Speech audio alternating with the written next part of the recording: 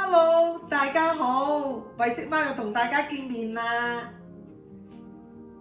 今日咧食完飯，我就口淡淡，就想食一啲甜品。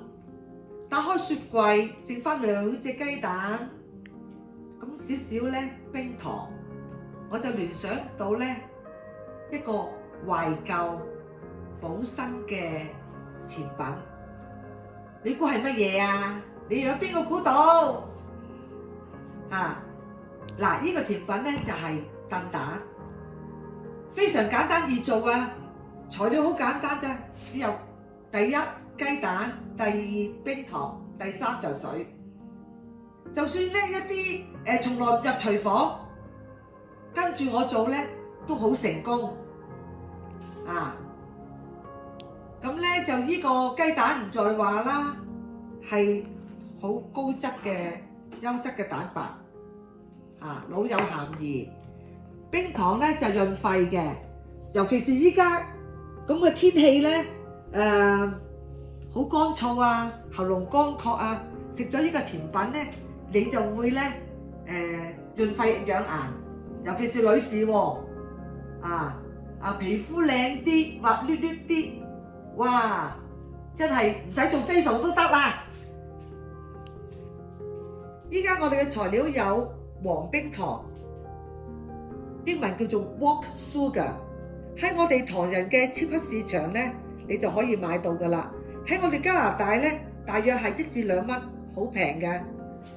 咁咧，我哋就準備咗咧，預早溶咗一啲冰糖嘅水，因為呢個糖水係一定要冷卻咗先用得到嘅，所以我就預早整咗啦。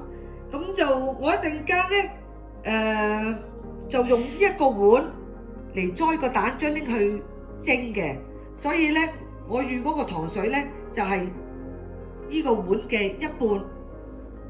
咁咧另外咧我仲有咧2隻雞蛋。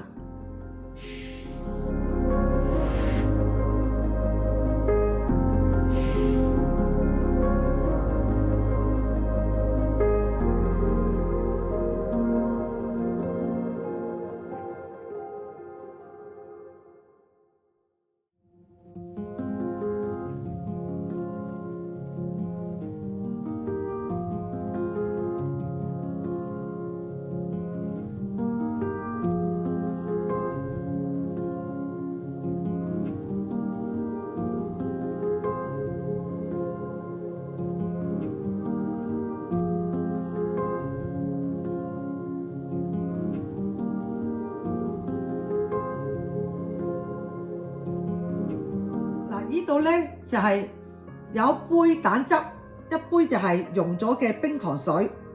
咁佢哋嘅份量大家都係相等嘅，所以咧就叫做1比1。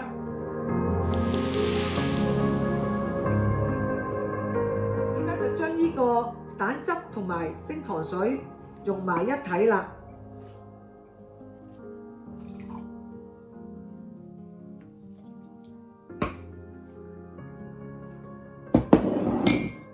好啦，咁我哋就要打一打佢，俾佢溝勻佢喎。依家咧，我哋嗰個蛋汁同埋咧呢個糖水咧融為一體啦。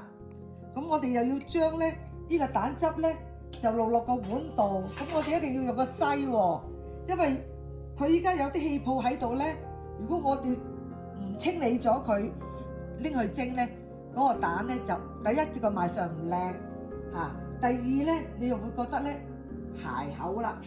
咁我哋依家咧就將呢個蛋汁咧就倒落去呢個篩度，隔咗佢。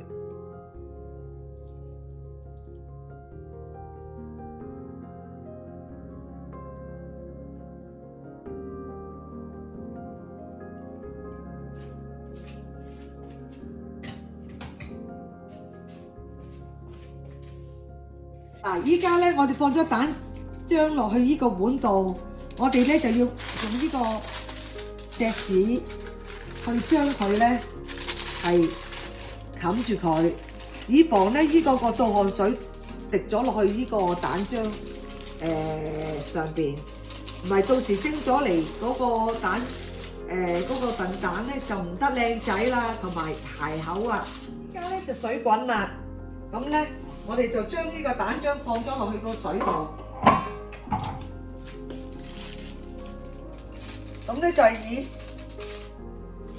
慢火去蒸呢個蛋，蒸佢咧就係8分鐘，咁咧就8分鐘之後咧就停咗火，就焗佢咧10分鐘，咁就得㗎啦。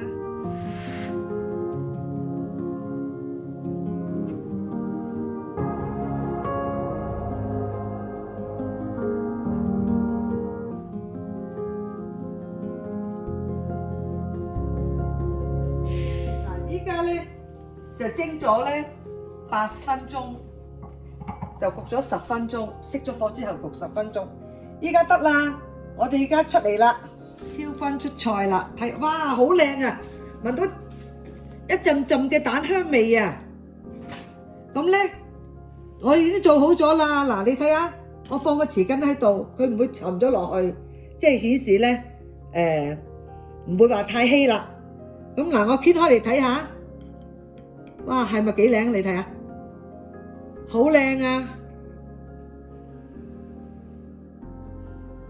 哇，好滑啊，真係冇得頂。